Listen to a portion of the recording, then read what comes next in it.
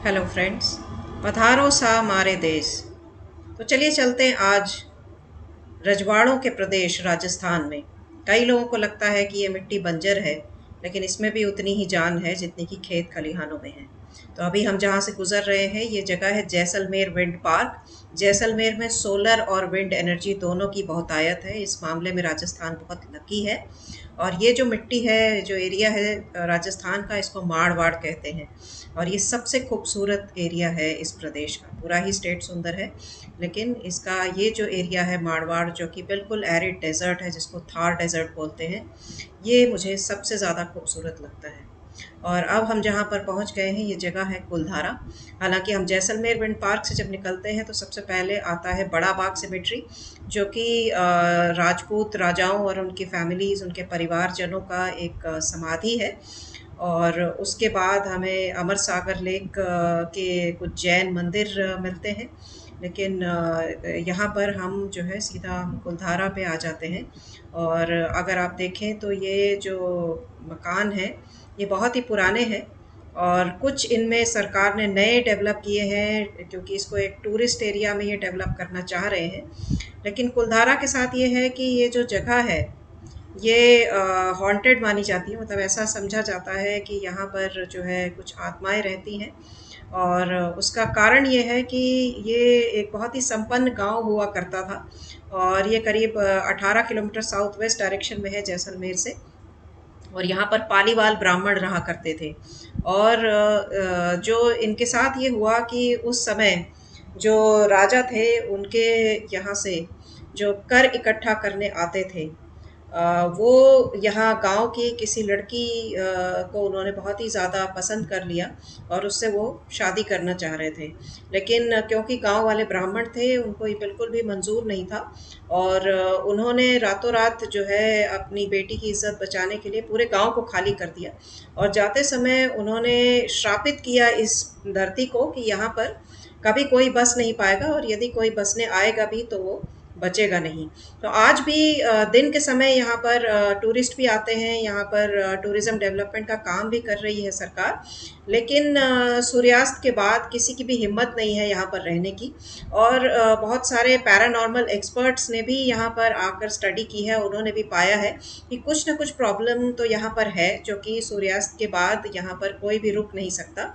और इसी कारण से यहाँ पर किसी को भी रिकमेंड नहीं किया जाता कि वो रात को यहाँ पे आए, क्योंकि उसके साथ कोई अनटूवर्ड हैपनिंग हो सकती है। तो कुलधारा देखने के बाद जो है डेजर्ट नेशनल पार्क की तरफ हमने कूच किया है। और ये आप देख सकते हैं कि दोनों तरफ जो है बिल्कुल रेगिस्तान है। और लोगों का ऐसा मानना है कि यहाँ पर कुछ भी नहीं होता है, ये मिट्टी बंजर है। लेकिन यहाँ पर बहुत सारे शूरवीरों का खून और वीरांगनाओं का सिंदूर जो है वो इस मिट्टी में दबा हुआ है। और राजस्थान से ज़्यादा जो है ब्रेवरी और वैलर की कहानियाँ किसी और स्टेट से हमें नहीं मिल सकती हैं, और इसीलिए इसका अपना महत्व है। तो अब हम डेजर्ट नेशनल पार्क के पास पहुंचने वाले, और यहाँ पर देखिए कुछ भेड़ों का ग्रुप था जो कि हमें रास्ता देने के लिए तैयार नहीं था। और इसके बाद जो है हम डेजर्ट नेशनल पार्क में एंटर करते हैं। और इसमें खासियत ये है कि जो दूसरे सैंड ड्यून्स हैं वहाँ पर बहुत ज़्यादा टूरिस्ट का भीड़ होता है और जगह बहुत कम होती है। तो जो कैमल सफारी है वो बहुत ही कम समय के लिए होती है, मुश्किल से 15 या 20 मिनट। लेकिन डेजर्ट नेशनल पार्क अपने आप में एक पूरा वास्ट एक्सपेंस है। और यहाँ पर जो है पूरा जो आप थार का जो असली रूप है वो आप देख सकते हैं। और यहाँ पे बहुत सारे तरह के जानवर और पक्षी भी हैं। बर्डिंग के लिए भी ये बहुत अच्छी जगह है। और स्पेशली विंटर टाइम में अगर आप नवंबर से फरवरी के बीच में आए तो यहाँ पर बहुत सारे दुर्लभ पक्षी और जानवर आपको देखने को मिलेंगे। तो यहाँ पर पूरे 1 घंटे का सफारी कैमल से हमें कराया गया था। और सूर्यास्त का ये खूबसूरत नज़ारा डेजर्ट नेशनल पार्क से हम देख रहे हैं। और इससे ज़्यादा खूबसूरत सूर्यास्त जो है आप नहीं इमेजिन कर सकते हैं। और डेजर्ट नेशनल पार्क की सफारी के बाद जो है हम अपने कैंप पे वापस जाते हैं, जहाँ पर शाम की चाय और स्नैक्स के बाद एक कल्चरल प्रोग्राम होता है जिसमें कि Rajasthani folk music and dance present किया जाता है। और उसके बाद डिनर होता है और करीब 9:30-10 बजे तक ये पूरा प्रोग्राम समाप्त हो जाता है और आप ड्राइव करके जैसलमेर वापस जा सकते हैं।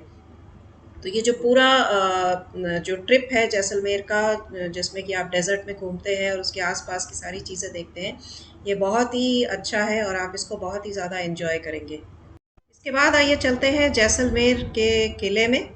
और इसको सोनार किला कहा जाता है, इसी नाम से इस पर किताब भी लिखी गई है और फिल्म भी बनी है। और 1156 में ये राजपूत राजा जैसल ने बनवाया था। और जैसलमेर का ये किला उन बहुत ही कम लिविंग फोर्ट्स में से है, मतलब जिसमें अभी भी लोग रहते हैं। तो करीब करीब 25% जनता जैसलमेर की यही रहती है। और 17वीं सेंचुरी तक यही जो है जैसलमेर शहर था। और अब जो है शहर बहुत फैल चुका है, लेकिन एक समय पर सारा जैसलमेर शहर इसी के अंदर रहता था। तो इस फोर्ट में बहुत सारे खूबसूरत एरियाज़ हैं, और जो आप अभी ये देख रहे हैं ये रूफ टॉप से जैसलमेर शहर का व्यू है, जो कि इस फोर्ट के छत से आपको दिखाया जा रहा है। और दूर आप देख सकते हैं कि वही विंड मिल्स हैं जो हमने रास्ते में देखी थी, जो कि जैसलमेर विंड पार्क का हिस्सा है। और दूर तक जो है आपको अरावली डेजर्ट दिखता है। और इसके अंदर कई जो है जैन टेम्पल्स भी हैं और लोगों के घर भी हैं जो कि यहाँ पर रहते हैं। जैसलमेर फोर्ट को जो है यूनेस्को वर्ल्ड हेरिटेज साइट पे डिक्लेयर किया गया है 2013 में। इसके बाद आइए चलते हैं पाटवाओं की हवेली पे। एक्चुअली यहाँ पर कई सारी हवेलियाँ हैं, जो सबसे ज़्यादा फेमस और पॉपुलर है वो है कोठारीज पाटवा हवेली। और इसको गुमन चंद पाटवा ने बनवाया था 1805 में। और ये जो थे एक बहुत ही समृद्ध बिजनेसमैन थे। इनका जो कारोबार था वो गहनों का और महंगे कपड़ों का था। और इनके 5 बेटे थे, तो अपने 5 बेटों के लिए अलग अलग इन्होंने हवेलियां बनवाई थी। और कुल 50 साल लगे थे इन हवेलियों को बनवाने में। ये सारी पीले सैंडस्टोन की बनी हुई हैं और इसमें बहुत सारे खूबसूरत झरोखे, कमरे और बहुत सारी सुंदर पेंटिंग्स हैं। जो कमरा आप देख रहे थे ये पूरा जो है बेल्जियन ग्लास के पीसेस से बनाया गया है। और यहीं पर बैठकर वो अपना हिसाब किताब और सारा जो बिजनेस है वो किया करते थे। उसके अलावा पाटवाओं की हवेली के अंदर और बहुत सारे कमरे, जैसे ये एक सोने का कमरा है जो आप देख रहे हैं, इसके अंदर बेड है, ग्रामोफोन है जो उस समय यूज़ होता था। और ये एक और बहुत ही सुंदर जो है गैलरी है, 2 कमरों के बीच में कनेक्शन है। इसकी छत पे कितने बहुत ही अच्छा जो है काम किया हुआ है। और ये गोल्ड इनले का काम जो है इसकी दीवारों पर भी किया हुआ है। और ये बैठक है जहाँ पर कि मेहमान आकर बैठते थे। तो इतनी सुंदर तरीके से ये जो हवेलियाँ बनाई गई हैं जैसलमेर फोर्ट के अलावा, जैसलमेर के अंदर ये बिल्कुल देखने वाली चीज़ है। और जो भी यहाँ पर जाएं ये पाटवाओं की हवेली ज़रूर घूम कर आएँ। और इसके बाद हम चलते हैं गदीसर लेक में, जो कि रेगिस्तान के बीच में एक पानी की झील है और राजस्थान का गौरव भी है। यहाँ पर आप बोटिंग भी कर सकते हैं और विंटर के समय यहाँ पर माइग्रेटरी बर्ड्स भी आती है और कुछ शांति के पल आप यहाँ पर बिता